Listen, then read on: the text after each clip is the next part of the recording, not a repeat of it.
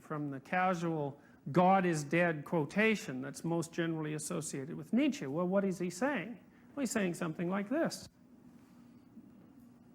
A system like Christianity, or any system that's oriented a society for thousands and thousands of years, can't simply be eradicated by a casual gesture without consequences ensuing in its aftermath. What consequences? Well, Nietzsche says, well, we'll no longer know up from down. What does he mean by that, metaphorically? Well, up, that's where you're headed, right? And down, that's what you want to stay away from. And when you eradicate the most fundamental presuppositions of your system of values, then there is no up and there is no down. And then where are you precisely? Well, it's not so easy. It's not so easy to say, having not necessarily ever been in that position. What is your life like when you don't know up from down? Is it merely neutral? Is there merely no value left? Or could it possibly be the case that if up and down have both been eradicated, that the place that you're left in is something much more akin to a permanent state of suffering?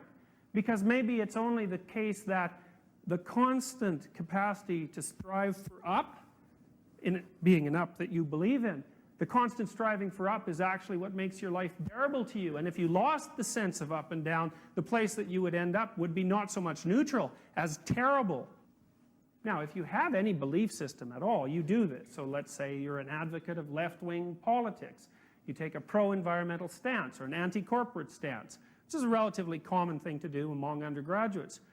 What do you do when you hold that belief system? You view the world as it lays itself out, and you explain the manner in which it manifests itself in terms of the axioms of that belief system. And you may note that you can do it, right? You can tell a credible story about why the world is the way it is by adopting, say, an anti-corporate perspective. Because there are all sorts of terrible things about the world that are a consequence, say, of corporate maneuvering.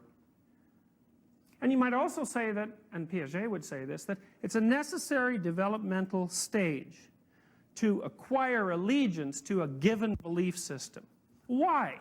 Well, any up is better than none. That might be the first observation. So even if your belief system is relatively insufficient and easily challenged on intellectual grounds and perhaps not very complete anyways, the fact that it does lay out a moral structure for you and tell you good from evil and right from wrong, that's a plus, that's an advantage.